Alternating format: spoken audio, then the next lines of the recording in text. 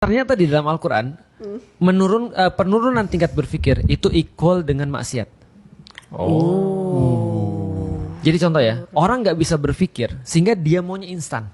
Dia lebih tertarik pada sesuatu yang bersifat fisikal. Karena itu nggak perlu mikir. Coba lihat orang-orang nggak mau mikir. Mereka pasti lebih tertarik pada fisikal. Mereka lebih tertarik pada apa yang di depan mata. Mereka nggak bisa disuruh nunggu. Orang-orang impulsif itu kan karena akalnya terganggu kan. Prefrontal cortexnya terganggu kan. Itu nggak bisa nunggu, impulsif, marah-marah terus. Jadi dia mau ini, dia mau sekarang. Dia nggak bisa ngerem. Akal kan pada ini kan kemampuan ngerem kan. Dia lihat sesuatu yang bahenol dia mau. Dia lihat sesuatu yang enak dia mau, dia nggak peduli lagi. Jadi penurunan tingkat berpikir sama dengan maksiat. Berarti maksiat itu dosa ya? Maksiat dosa. Berarti kalau IQ-nya 78 dia dosa. Bagus sekali.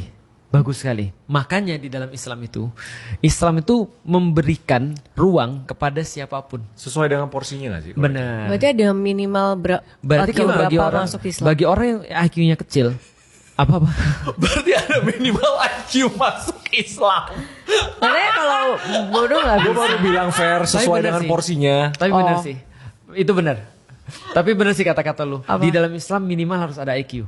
Berapa? IQ-nya bukan IQ-nya berapa, Harus tapi berakal.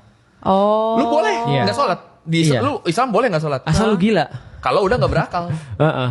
Oh. Tapi IQ kan nggak merepresentasikan tidak berakal atau enggak. Misalnya Benar. Iya. rendah, Tapi Benar, berakal. itu dia tuh. Gitu. Cuma- Makanya sebenarnya gini, andai kan memang dia dalam tanda kutip bodoh ya, maka dia cukup untuk beriman aja. Jadi akalnya cuma digunakan untuk bisa beriman. Tapi setelah itu dia nggak akan dituntut untuk melakukan pekerjaan-pekerjaan berat. sesuai dengan porsinya. Sesuai dengan Misalnya porsinya. kalau IQ-nya segitu, knowledge-nya segitu, ya dia nggak diminta solve equation Iya. Einstein gitu misalnya. Ada ulama bilang begini, Islam itu ditolong oleh tintanya para ulama, pedangnya para pejuang, lalu hartanya para donatur atau hartanya para dermawan, dan satu lagi adalah doanya orang-orang miskin. Jadi orang tuh tahu diri. Kalau lu memang nggak bisa punya uang ya jangan sedekah. Nanti lu mempersulit hidup lu sendiri. Kalau misalnya lu punya kemampuan pedang ya berjuanglah dengan pedang. Kayak aku misalnya punya kemampuan bacot misalnya ya aku berjuang dengan bacotku. Gitu kan ya. Kalau misalnya ada orang misalnya dia nggak pinter ngomong, lalu terus kemudian dia mau ngomong malah jadi fitnah.